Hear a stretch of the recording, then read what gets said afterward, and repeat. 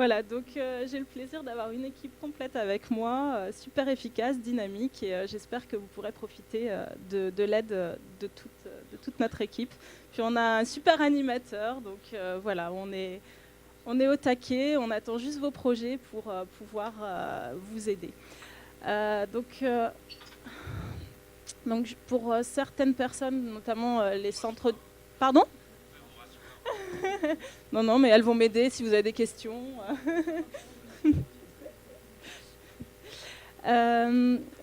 Oui, en fait, le centre du pancréas a rejoint la filière lors de la dernière labellisation. Donc, du coup, j'ai repris juste cette slide pour rappeler aussi aux nouvelles personnes les différentes missions de notre filière qui sont définies par une instruction de la DGOS. Donc, améliorer la prise en charge des patients, développer la recherche fondamentale, translationnelle et clinique, et développer l'enseignement, la formation et l'information.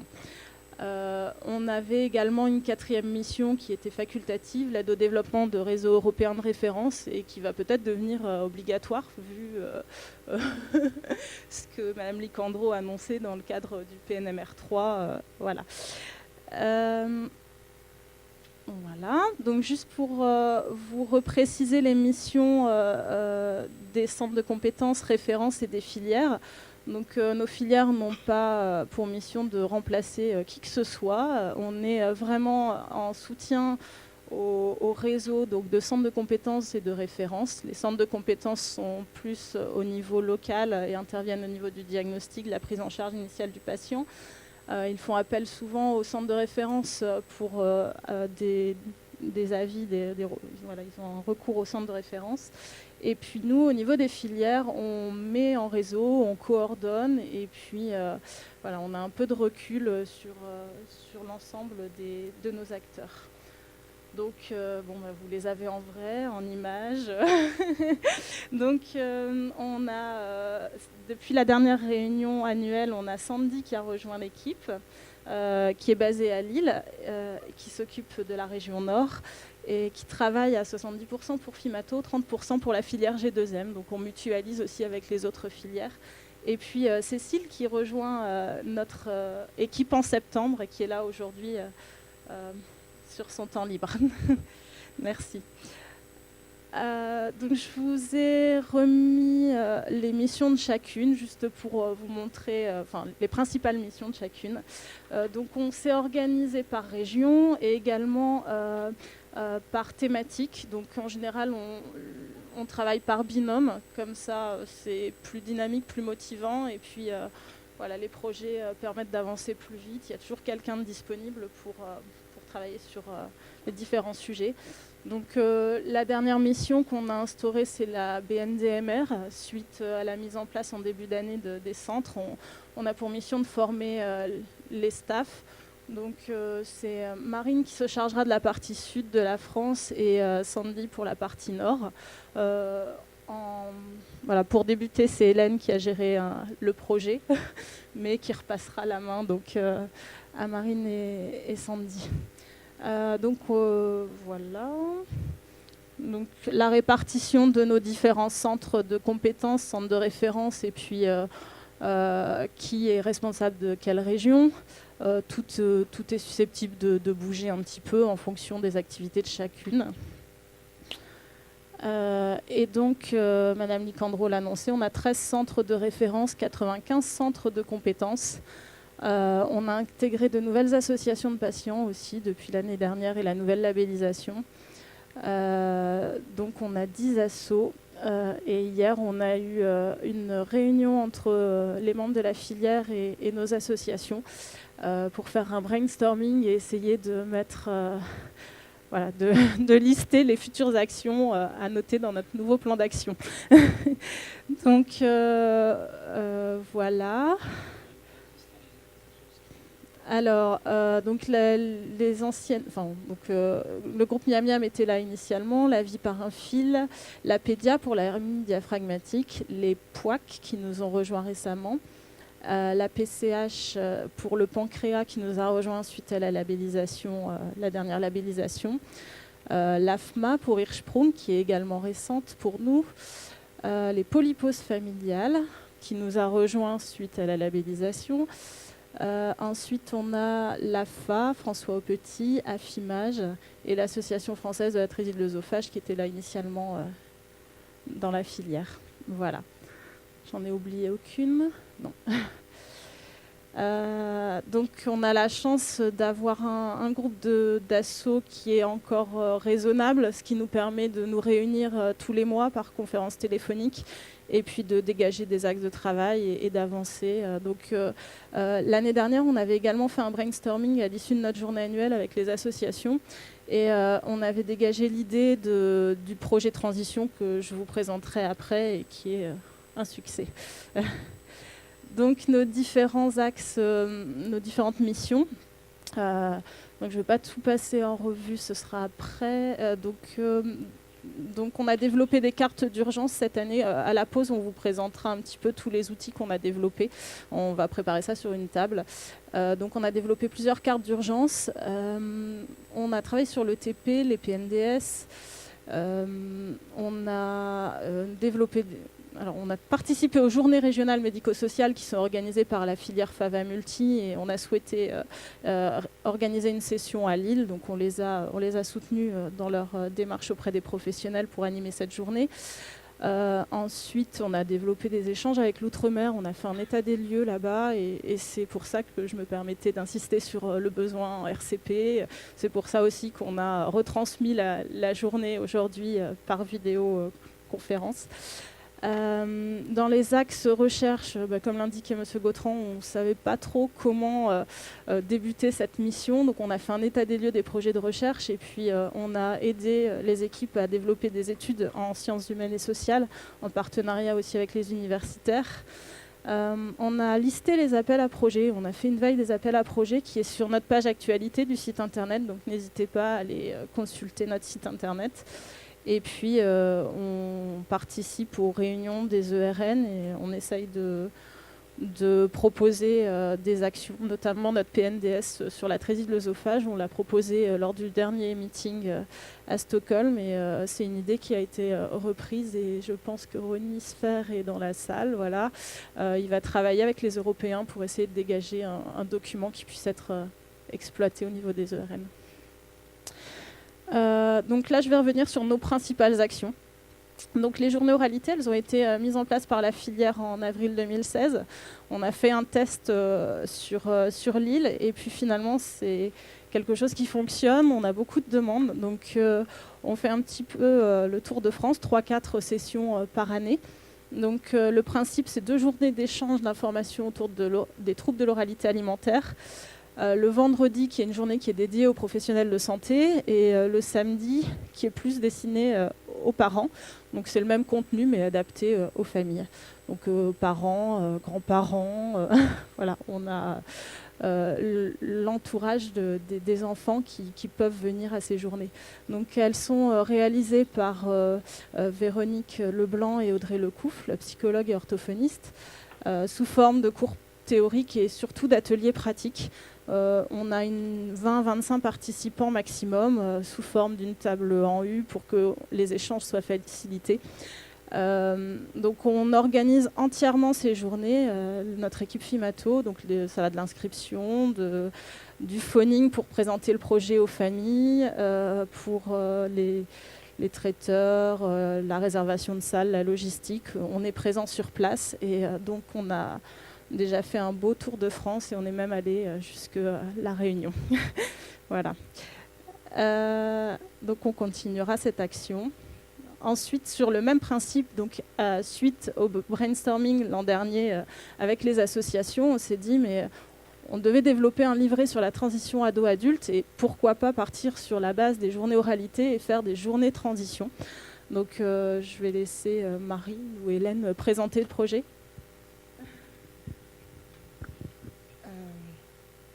Donc du coup, oui, on est parti un peu sur la même idée que les journées oralité, bouger un peu dans toute la France, aller dans les CHU qui sont intéressés par ce type de journée. C'est pour les patients, les parents de patients et les patients qui n'ont pas encore vécu la transition. On a fait la première journée à Lille au mois de mars. On avait une quarantaine de participants, dont 15 ados à peu près. Donc, le principe, c'était dans la matinée, on a fait des topos sur ce que c'était la transition, les différences entre l'hôpital adulte, l'hôpital pédiatrique, tout ce qui allait changer. Et l'après-midi, on a fait des ateliers où on séparait parents et ados pour qu'ils puissent se retrouver entre eux et discuter vraiment librement. Il y avait 2 ateliers, un atelier de photolangage et un atelier de socio-esthétique. Donc ça a beaucoup marché, on est content, ça a vraiment, surtout les ateliers, libéré la parole des ados et des parents. Ils se sont retrouvés, ils ont même voulu créer des groupes entre eux, Facebook, etc. Fort de ce succès, on a décidé de refaire une journée. La seconde, elle sera à Lyon. On n'a pas encore choisi la date, ça sera a priori au mois d'octobre, dans un format un tout petit peu différent, puisqu'on sera associé à une autre filière, à FEI2R, et ça sera probablement ouvert à l'ensemble des maladies rares qui sont traitées au CHU de Lyon. On va un peu modifier le programme, mais ça reste plus ou moins la même chose. Pour faire cette journée, on a créé des questionnaires qu'on a distribués via les associations de FIMATO. Et en se basant sur les réponses, on a établi un peu les thèmes des présentations et des ateliers. Et donc nos prochaines actions, c'est bien sûr décliner dans d'autres régions de France. Et pourquoi pas faire une journée pour les professionnels, un peu comme les sessions oralité, une journée pour les pros, une journée pour les familles. Et donc voilà, c'était le programme de Lille qui va un petit peu changer. On va mélanger atelier et présentation. Voilà.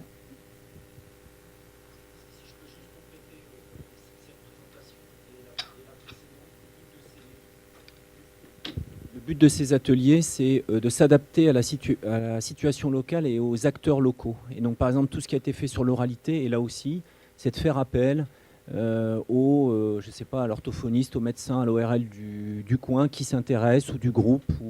Voilà. Donc, il y a à la fois une espèce de modèle, mais une adaptation à chaque fois pour que ça crée localement la dynamique utilisant, c'est pas la bonne parole de Pierre ou Paul qui arrive, c'est avec un kit un peu pédagogique et une logistique qui est super organisée par la filière, comment les acteurs locaux s'approprient ou non et mettent en place la dynamique.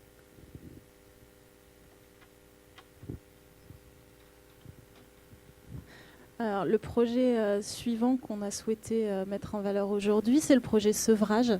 Donc, je vous avais déjà parlé de l'état des lieux qui a été réalisé fin 2016 par la filière et qui a mis en évidence l'absence de structures adaptées en France pour le sevrage de la nutrition entérale. Donc suite à cet état des lieux, on a développé plusieurs axes de travail.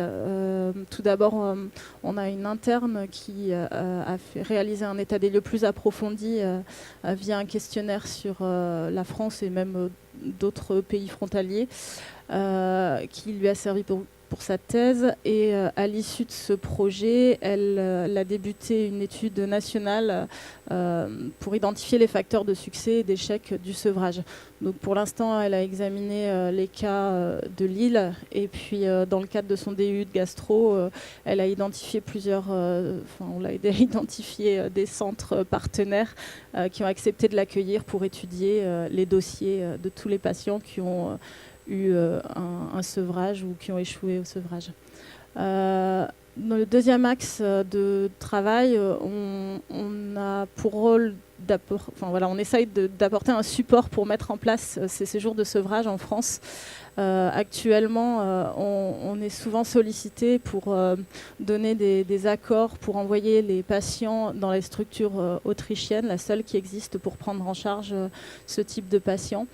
Donc c'est la CNAM qui sollicite le professeur Gautran pour étudier les cas des patients et voir si elle peut prendre en charge le déplacement et l'inscription de ces familles à Niotube.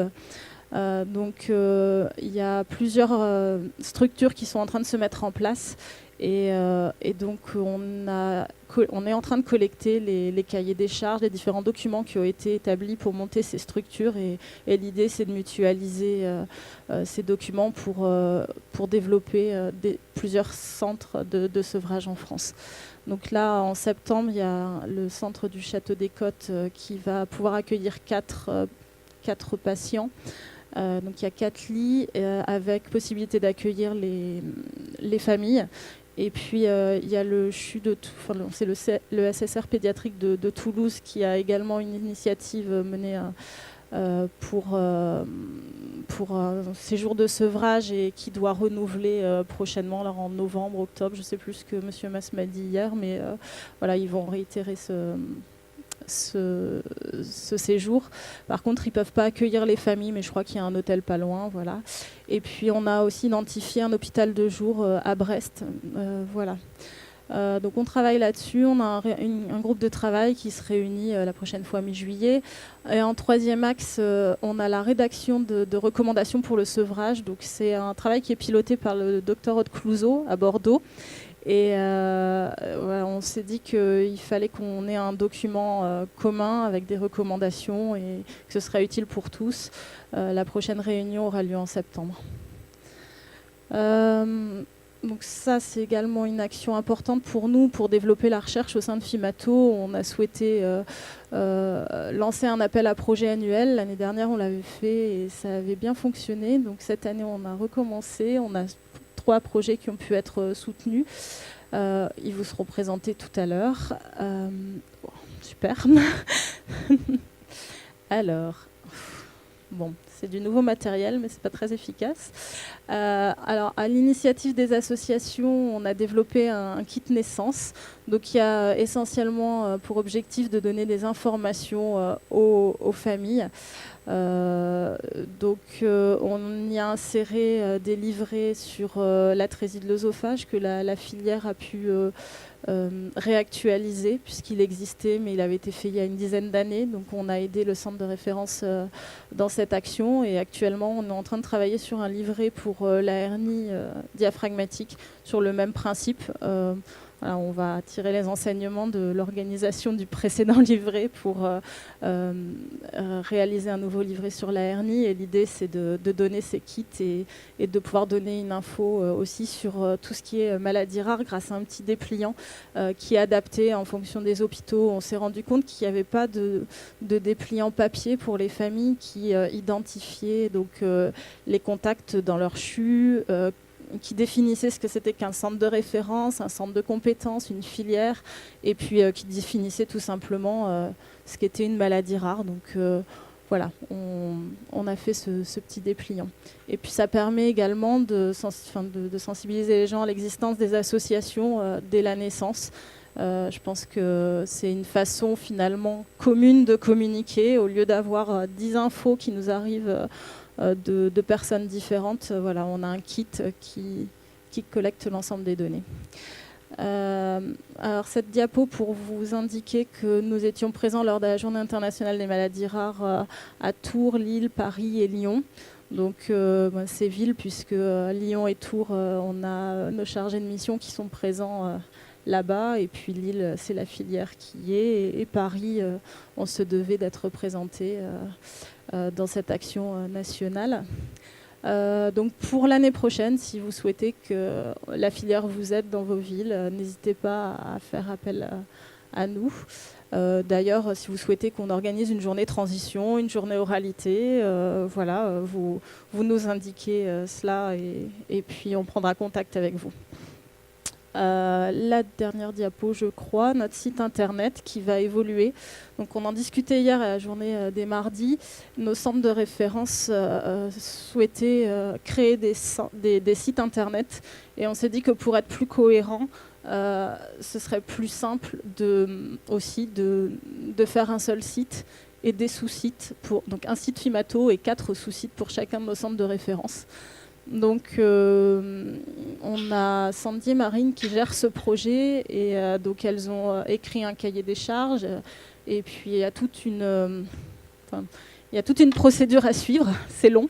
On doit passer par les marchés de l'hôpital, enfin voilà, il y a pas mal de contraintes. Donc finalement on se dit que c'est bien d'avoir mutualisé ça vous évitera chacun de faire les mêmes démarches que nous. Donc là, on reçoit les prestataires à l'oral fin août et la décision sera prise dans la foulée. Et l'idée, c'est de développer un nouveau site pour janvier 2019. Donc chaque sous-site de centre de référence aura sa propre adresse internet, donc cracmo.fr par exemple, et ça rebasculera sur le site fimato.fr/cracmo.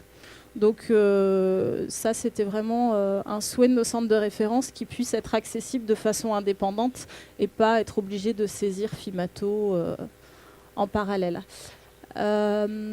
Au niveau de notre site, de toute façon, on aurait été obligé de le refaire parce qu'il était non responsive, c'est comme ça qu'on dit. Voilà, donc on a mis quelques options supplémentaires, notamment un espace pro. On va pouvoir générer nos newsletters en ligne et puis on aura un agenda plus facile, plus clair, parce qu'actuellement, il y a un agenda sur notre site qui indique tous les congrès, les meetings, les réunions, mais c'est vrai que c'est pas très bien présenté. Voilà. Merci. Est-ce que vous avez des questions ?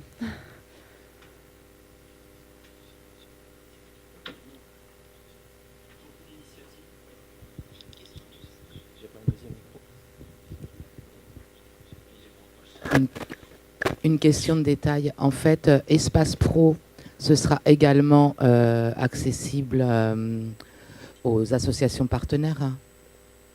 On n'a pas encore défini les accès. On sait qu'il y aura un espace pro.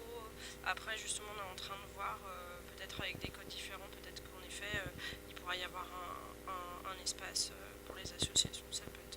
Ça peut être possible. Si vous avez des demandes, n'hésitez pas à nous les communiquer. Nous, on verra si c'est possible. En fait, du coup, c'est plus lisible quand c'est comme ça. Et ça nous permet, dans la mesure où on travaille ensemble, d'être vraiment au fait de l'accompagnement. Actuellement, on avait un espace pro déjà, mais qui était limité au comité de direction, puisqu'on y mettait les comptes rendus du comité de direction, les comptes rendus du comité de pilotage à la DGOS, enfin des informations voilà, qui étaient vraiment limitées au groupe du comité de direction de la filière. Je pense que ça n'a finalement pas d'utilité, puisque quand il y a une réunion, tout le monde a le compte rendu. Donc voilà, donc c'est pour ça qu'on n'a pas encore défini, mais effectivement, je pense qu'il faut l'élargir, cet espace pro. Merci. Moi, je me demande même s'il en faut un d'espace pro. Je ne sais pas si ça sert à quelque chose. Je ne sais pas. Enfin, c'est profondément. On se dit que peut-être plus tard, on en aura besoin et qu'il faut le prévoir de suite. Oui, merci pour votre présentation et puis pour le travail que vous faites. Je voulais insister sur ce dont a parlé Frédéric tout à l'heure, sur le fait que c'est une très très bonne idée que la filière apporte une logistique dans une conception de programme qui soit relativement homogène sur le territoire national, y compris extra-métropole. Je pense que ce qui est quand même important, c'est que vous puissiez nous aider sur de la logistique. Vous avez la réservation du traiteur, par exemple, pourquoi pas. Quand on fait de l'oralité, c'est important, le traiteur. Mais je pense que c'est aussi extrêmement important parce que on voit bien que les patients qui sont concernés, au premier chef quand même, par les maladies rares, ils ont quand même des freins sur plein de choses. Ils ont des freins pour aller vers les associations, puisque quand on voit le nombre d'adhérents aux associations par rapport au nombre de malades concernés, c'est quand même la plupart du temps moins de 10%. Ils ont un frein pour aller vers l'ETP, on en a parlé largement hier, surtout étiqueté comme ça, où ça les fait faire demi-tour immédiatement. Donc je pense que c'est très important qu'ils retrouvent dans la liste des interlocuteurs sur une journée qu'on organise comme ça, des interlocuteurs qu'ils connaissent. Voilà. Parce que, comme disait Frédéric tout à l'heure, la bonne parole qui vient de notre sainte capitale, on sait très bien qu'en province, ça fait pousser des boutons, surtout dans certaines provinces qui ont peut-être un peu plus de nationalisme que d'autres. Je parle pour la Bretagne. Mais je pense que c'est vraiment important et en fait je pense qu'on va aller vers vous pour pour tout le soutien logistique, bien évidemment aussi des intervenants, des orateurs extérieurs qui ont beaucoup de compétences, comme Madame Leblanc par exemple, sur les troubles de l'oralité. Donc je pense que c'est très très important qu'on puisse se coordonner. Je pense qu'on a aussi des spécificités par rapport aux associations, parce que là il y a une liste d'associations, mais il faut savoir que les associations qui sont seules et uniques dans des maladies rares, c'est pas le cas de toutes les maladies rares. Il y a des associations qui peuvent avoir un rôle local, qui ne cherchent pas à avoir je dirais, une extension nationale et qui pourtant sont quand même des partenaires localement. Il y a une association à Rennes, par exemple, qui s'appelle Je veux du soleil. Donc Je veux du soleil, c'est bien pour ça qu'elle s'appelle comme ça, mais ça correspond à aucune maladie rare, bien évidemment. Et il se trouve qu'ils sont extrêmement aidants sur plein d'aspects, au sens, je dirais, information des patients. Et je pense qu'il faut impérativement les associer en local, même si au niveau national, vous ne pouvez pas lister toutes les associations. Sur le Hirschsprung, il y a aussi une association à Rennes, mais c'est des gens qui sont un peu éparpillés sur le territoire. Donc ça, je pense que c'est vraiment très très important que vous ayez cet aspect-là en tête, mais Frédéric là, donc je pense que vous l'avez aussi. Oui, pour les journées oralité, par exemple, le premier topo, il est fait par le référent local. Donc on demande à chaque fois l'identification d'une personne qui sera justement le support et qui pourra nous orienter et nous parler des spécificités de son centre. Et on demande aussi à ce que cette personne reste lors de la journée pour justement ajuster les discussions, les propos qu'on peut tenir pendant toute cette journée.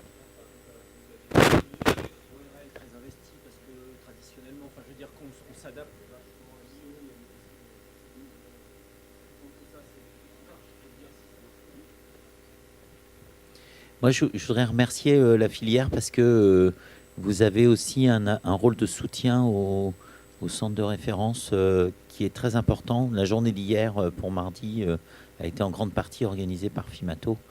Et je crois qu'il faut qu'on vous remercie officiellement et en public parce que cette structuration, cette aide au travers l'organisation du programme, la mise du site web pour que les gens s'inscrivent, etc., c'est vraiment, vraiment des choses que nous, on n'a pas le temps de faire. On va peut-être avoir quelqu'un qui va m'aider, mais sinon, c'est impossible, qu'on n'arrive pas à dégager du temps. Donc, merci beaucoup de nous aider aussi. On voit que ça retombe dans les centres quand même. C'est pas un machin qui plane au-dessus, quoi. Merci beaucoup. Merci beaucoup. Il n'y a pas plus d'autres questions. Il y a probablement d'autres questions. On a encore 5 minutes pour les questions. Oui, moi, alors je vais vous passer la parole. Je voulais profiter, avant de vous passer la parole, d'avoir le micro pour remercier aussi le comité de direction qu'on n'a pas cité. La filière, c'est aussi des gens qui... Et le comité scientifique. Et le comité scientifique.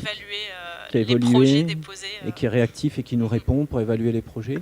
Donc on a un comité de direction où, une fois par 2 mois, tous les 2 mois, on se prend 2 heures au téléphone pour faire avancer les choses. Je voudrais vous les présenter, ceux qui sont là. Nathalie Coulon, qui est chercheur en sciences humaines et sociales, en psychologie à l'Université de Lille, donc, qui représente, on va dire, le labo. On a essayé de faire dans le comité de direction voilà. Il y a Benoît de Cavel, Benoît, si tu veux bien te lever, qui représente les associations et qui est dans le comité de direction, très fidèle, quelquefois au téléphone portable, en déplacement à droite à gauche, mais il est présent. Bien sûr, Audrey, moi-même. Il y a Jean-Pierre qui représente donc les mardis que vous connaissez. Il y a Alexandra Benaki qui représente les hernies de coupole. Qu'est-ce que j'oublie ? Vinciane Rebourg qui arrivera tout à l'heure et qui... Ah ben non, Vinciane, salut, je ne t'avais pas vu arriver. Vinciane, si tu veux te lever, donc qui est la coordinatrice du centre de référence Paradis, tout un programme. Et puis c'est tout. Voilà, oui, c'est tout. Voilà, donc je vous passe la parole. Oui, bonjour, je suis le docteur Bougnol en SSR pédiatrique à Bullion. Je revenais sur le sevrage, parce que c'est vrai que mon château des Côtes a été identifié. Maintenant, ils ont fait tout un dossier exprès, mais c'est quelque chose que l'on fait de façon très courante chez nous aussi. Donc c'est plus pour les SSR pédiatriques qui ont quand même une grande place dans le sevrage ou entéral ou parentéral. Et c'est un peu dommage qu'on ne soit pas identifié comme tel aussi. D'accord, parfait. On a vraiment, sur le sevrage, hein, c'est un gros chantier. Il est mené aussi en parallèle avec le groupe francophone de gastro-hépatonutrition, parce que le sevrage, c'est pas que les maladies rares du tube digestif, de l'œsophage et des hernies de coupole. C'est beaucoup plus large. Ça touche les prématurés, les pathologies ORL, enfin bref. Et les centres de sevrage ne sont pas la réponse exclusive au sevrage. La majorité, c'est ce qu'on a vu par exemple dans le travail que Katia a fait dans notre région du Nord. 90% des enfants sont sevrés en ambulatoire tranquillement sans avoir besoin d'un centre de sevrage. Donc sevrage n'est pas égal séjour de sevrage. Hein. Donc voilà. Et il y a besoin de savoir qui fait quoi. Qu'est-ce que c'est qu'un travail de sevrage? Par exemple, il y a des endroits où ils sont internes, les enfants sont hospitalisés. Il y a des endroits, c'est en hôpital de jour, si j'ai bien compris. Le séjour qui a été fait à Toulouse était en hôpital de jour. Le Château des Côtes s'est hospitalisé sur place. Enfin, il y a probablement autant de modalités que de choses à faire. Et on essaye de faire un état des lieux tranquille, déjà de se donner des guides un peu consensuels sur qui envoyer quand. Est-ce que voilà. Et donc, mais on est tout à fait partant. Manifestez-vous et on est voilà. On n'a pas d'exclusive. Alors l'idée c'est pas d'avoir 200 centres de sevrage en France, parce que ça serait complètement débile. Hein. Je pense que le nombre d'enfants qui ont besoin d'être institutionnalisés pour être sevrés est vraiment faible. Mais voilà, d'avoir quelque chose qui soit homogène, réparti, soit des séjours, soit un ou deux endroits très spécialisés, j'en sais rien, mais on est très ouvert, rien n'est déterminé. C'était ça que tu voulais, voilà. Est-ce qu'il y a d'autres commentaires là-dessus? Donc vous avez bien entendu les offres de services hein, pour toute action, toute activité, transition enfant, les séjours d'oralité. Ce qui fonctionne bien aussi en ce moment, on est sollicité pour avoir la liste des diplômés du DU troubles de l'oralité alimentaire. Donc sachez qu'elle est sur notre site internet consultable. Donc uniquement les professionnels qui ont accepté d'être listés sur le site internet, mais au fur et à mesure des années, elle s'étoffera et ça vous permet d'adresser les patients vers des professionnels diplômés. Je croyais qu'il y avait une difficulté pour les orthophonistes qui n'ont pas le droit de faire de publicité et que du coup, elles n'ont pas le droit d'être sur des sites internet. On ne fait pas de la publicité, hein, donc on les a juste listés. Donc ça passe. On a, sur la base du volontariat, tous les personnels, pas que les orthophonistes, puisqu'il y a des médecins, même des chirurgiens dans la salle ici qui sont diplômés du DU d'oralité. Hein. Et donc c'est ouvert à tous et on est très attentif à ce qu'il n'y ait pas que des orthophonistes, que ça soit... Enfin, et bien sûr, voilà, on en parlera demain. Audrey? Elle veut. Ouais. Vas-y Audrey. Bonjour, Audrey Lecouf, l'orthophoniste. Juste pour ajouter, effectivement, on a le droit de figurer quand on est titulaire d'un diplôme, on a le droit de dire qu'on a ce diplôme. Par contre, on n'a pas le droit de figurer sur des sites avec la mention spécialisée entre guillemets en troubles de l'oralité, parce que dans notre métier, il n'y a pas de spécialisation actée. Par contre, dire qu'on a fait tel ou tel DU, il n'y a pas de souci. C'est pour ça que via Fimato, on avait pu mettre ça en place. La petite subtilité. Voilà, on a profité d'une petite faille. Donc maintenant, c'est vrai qu'on est souvent contacté par des médecins qui nous disent « Vous nous avez parlé de ça, on peut trouver où le listing ?» Et puis voilà, on les amène sur la page. Ok, s'il n'y a plus de commentaires, on est pile poil à l'heure pour une année, pour une fois. Donc on a une petite pause qui va vous proposer des brochures de Fimato, des cafés, des petits croissants, voilà. Et on recommence si vous voulez bien dans un quart d'heure. Exact. Dans un quart d'heure précisément pour tenir le